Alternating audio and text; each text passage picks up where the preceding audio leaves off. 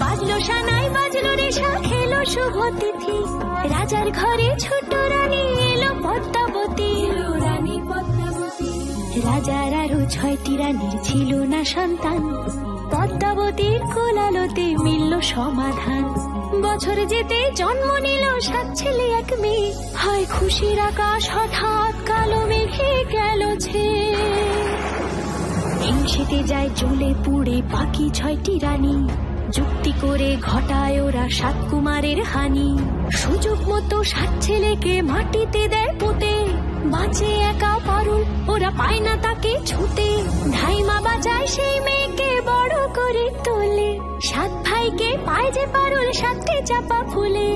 এত কিছুর পরেও রাজার বিপদ যে কাটে না সূর্য নগরে সুখের সূর্য আর ওঠে না